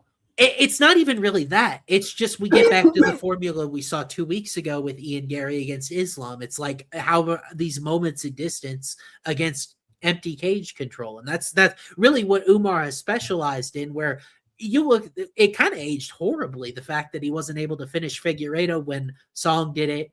Piotr Jan was way more convincing in decision. Like you look at the Figueiredo got finished by Corey Sandhagen. Like Figgy has not been fighting at a high level when he's had these top 5 fights, and Umar was his closest fight. And it's like, I understand the pedigree. Like you said, the recovery ability is insane, dude. That's the hardest part for the knockout. It's like sometimes he gets stunned, but he's never really in trouble. And that's why I have a hard time doing that as well. I love Song points here. My favorite play in this entire fight, dude, it smacked by Ian Gary. I think it's going to smack again. Song Yadong plus 9.5 points is minus 125. He's got to win 1 round and survive in China. Got to be kidding me. I mean, that is a great line that DraftKings has available right now. What would you line a Peter Yan Umar fight out of curiosity? I think you got to favor Piotr, right? Because of his anti-grappling, because of his boxing. Yeah. It's funny because you just know the line would be favored to Umar. It's just crazy. Right. I mean, virtually undefeated. Yeah. By the way, I was talking to Jason Anik on the Show Me the Money pod today. We're both taking fucking Yan against Merab. I think I got to see the number, but yeah. It's minus 170. Peter Yan's minus 170 against Merab, which I didn't know the number when we was asked the question. I figured it was going to be closer to a pick'em. I was like, oh, Yan might be a small favorite, but I just think he figured out Merab, bro. I don't think Merab's going to be able to come back from it because I just think he figured out his style. Yeah. And Yan is just so skilled everywhere. I just think Merab's aging and has been through a lot of damage, and I just think Yan is now like fully in his prime. He got past all the bullshit with Aljo and the O'Malley robbery and everything is all in the rear view now. And I think nothing stops him at this point, like minus maybe an Umar. Like I think Umar is like his actual like a one guy that, could maybe figure him out. But I think Yan beats Merab. And I would have never said that last year or the year before. I think it's his time now.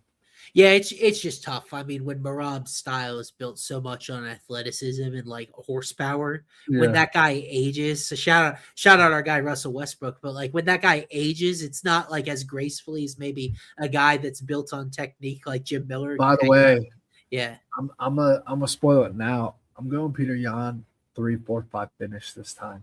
Whoa, the body shots, the takedown defense. He's going to put it on Merab and get him out of there this time, bro. I'm telling you. I'm going to listen to my model liked Yan. I had him a small favorite against Merab the first time. So I'm curious what it'll say. But hey, by the way, model result here, I've got Umar minus 194. And so it's like, everything based off of that. I actually don't like Song's KO number. I've got it 10-1 and it's like what?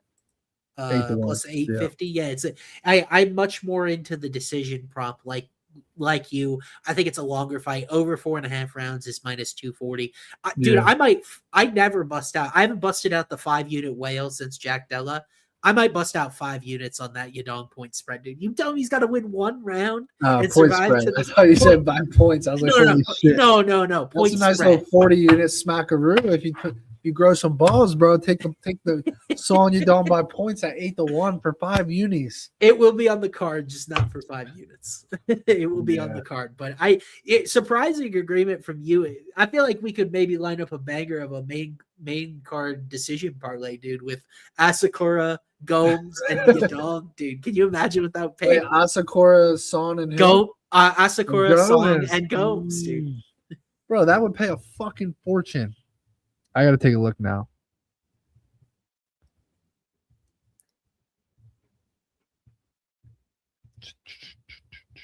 Which is funny because I think the prelims are pretty darn violent. Yeah. All right, let's take a look just out of curiosity. Son decision, Gomes decision, and Asakura decision. Plus 134-1. I love it, dude.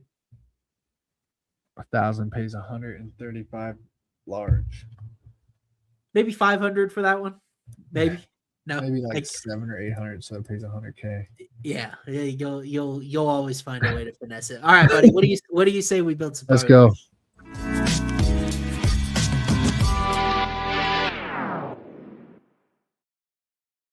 Okay, so at this point, I'm thinking about just picking someone from the super chats so you get to ride that decision lay because we're still looking for a hit here. Yeah, it's been bad, bro. We got super chat parlays, Matty. We'll see if any of them are. This one's going to be a tough sell for you. Borjas, unanimous decision. Perez sub. Hassan, round 1 KO. I'm out on that, big dog. Good God. Look at those odds. I like the creativity, though. Yeah, good creativity here. Hassan KO, Ray sub, Usman decision. Umar? I assume. Yeah, Umar decision, the freest cycle. Oh, my God. Is that even 10-1? We liked Big China there in the cycle. Yeah. Yeah, I got to be out on it, but that's my affectionate. What do you think of that affectionate nickname for Say Liu? Big China. I like that dude a lot. Yeah. I like him. I think he's gonna make some noise. Umar decision, Hassan Rojas and sub Asakura KO 25-1. I'm out. I think I'm out. Umar again. Perez sub Lima KO 27.50. This guy may have just threw a 2 little legger and just stole the pot, dude. I mean, let me see what fight ends by sub and Lima KO pays. Keep that one for now. That's it. That's it? Boys, what is this dog shit? What was that? 3 super chats or 4? That's 4. Oh my God, boys. That's insane. Hey, I mean, we're still open for submission. You guys really don't have faith in your super chats at this rate. That's got to be the lowest amount of super chats in show history, chat. It is. It is. Maybe it's just a shit card to bet on. That might be what it is.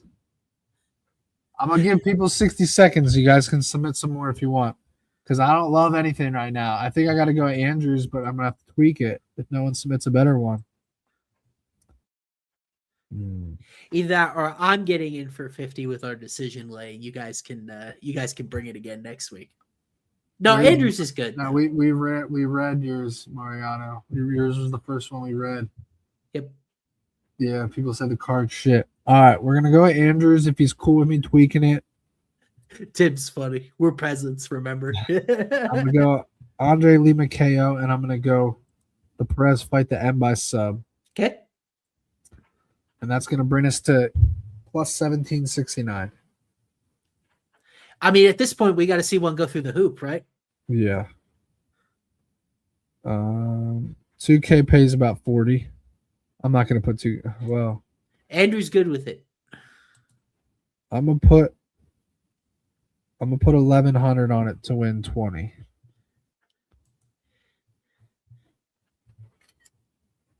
I'm screenshotting this. So proportionately, there he's in for about 1,500 or so. Yeah, $50 to win whatever. Yeah. Yeah. Andrew, great read. Well done, Andrew. Hopefully you get us off the. I got one more, Matty. It's wild, but I do want to read it for Ikize. Borjas KO, Jingnang John decision at 130-1.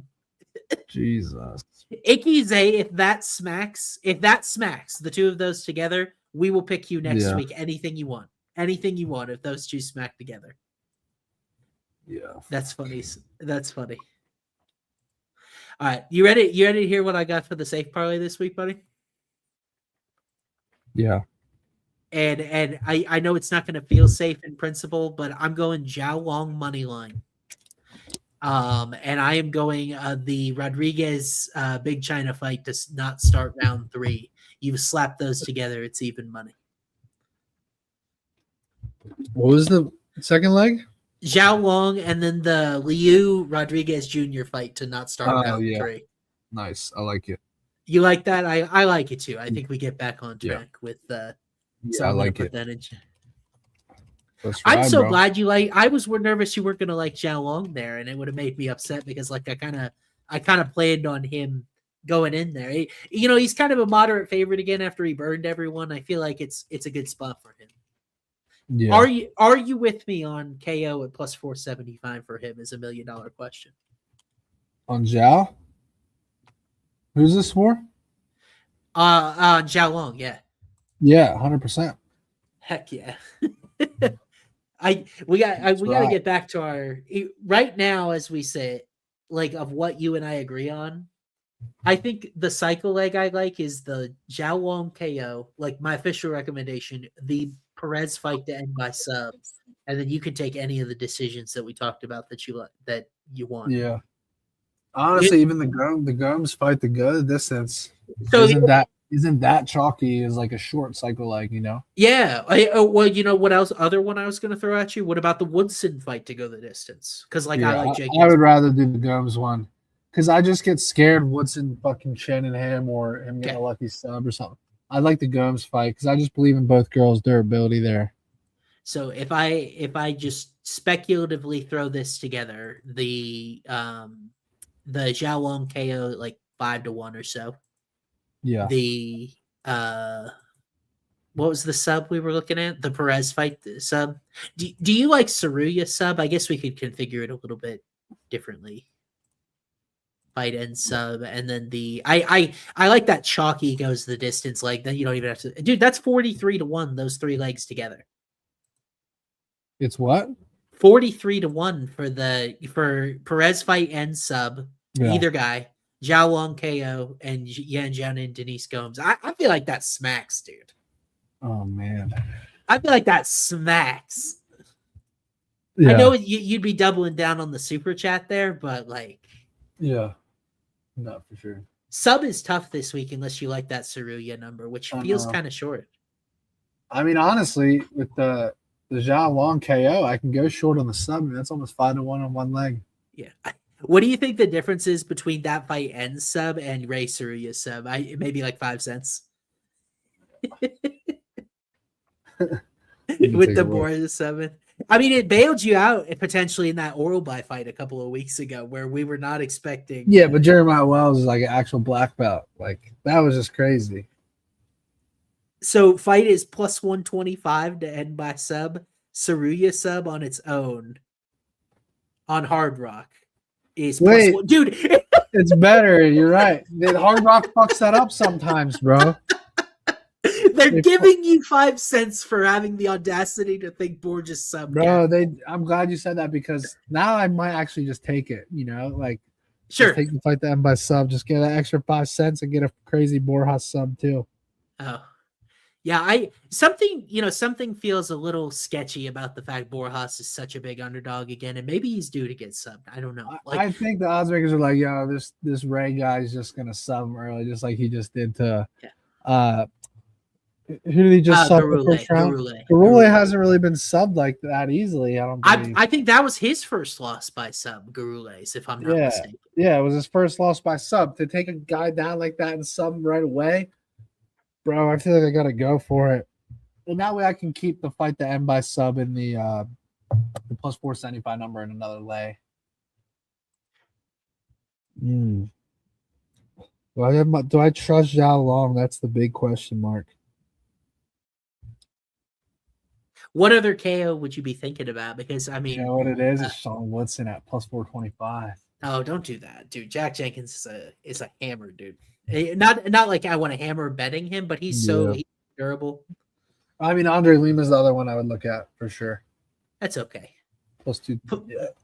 Pilastri's not like a cycle KO leg. I like the sprinkles, but if you like Pilastri, by the way, what I could do is take Denise Gomes' decision instead of the fight to go. Yep, and go with. So if I go Ray Tesora fight to end by sub, Long Zhao KO, Denise Gomes by points plus 4750. Oh, okay. Now if I take out Gomes' points and just take the fight to go the distance, probably like 20-1. Let me see.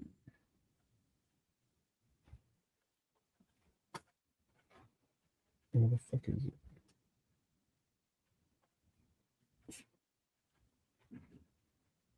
I was thinking about putting out a road to UFC play for tomorrow, but then I reverse swept Dana White's Contender Series and think I need to manage my units smartly. 17-1. What a difference that is, bro. Yeah, it was a little lower than even I thought. I mean, like picking the fighter on the cards turns it from 17-1 to 45-1.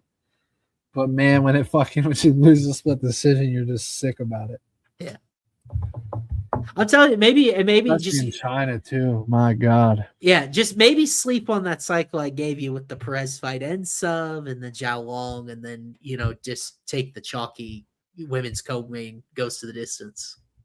43-1, not too bad. All right, but that's enough dilly-dallying. The official cycle will be out Friday. Matty will get that to you guys, as well as long shots only with our new pop in the realm. He's not a new dad, but another child. Hey, Jive, you guys will be doing that on Friday.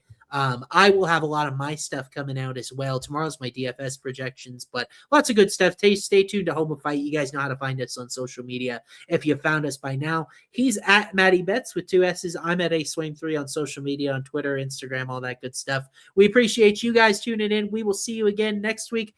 I think do I want to say it's an Apex card next week, if I'm not mistaken? I think so. Oh, no, I'm completely wrong. It's in Paris, dude. September 5th, right? That's Paris. 2 weeks from now. The Saladin Parnes debut against Dan Hooker. So we have that to look forward to. Yeah, oh God, indeed. We have that to look forward to for, I believe that's Labor Day weekend, is it not? They usually don't fight on Labor Day weekend. Interesting. So we'll head over to France. That'll be a fun one from the Accor Arena. We'll see you guys then on that Wednesday. Until then, hope all your bets cash. Thank you so much for tuning with us. Like the video, subscribe, hype us up. It really helps us find new viewers. But until next time, take care. Yes, sir.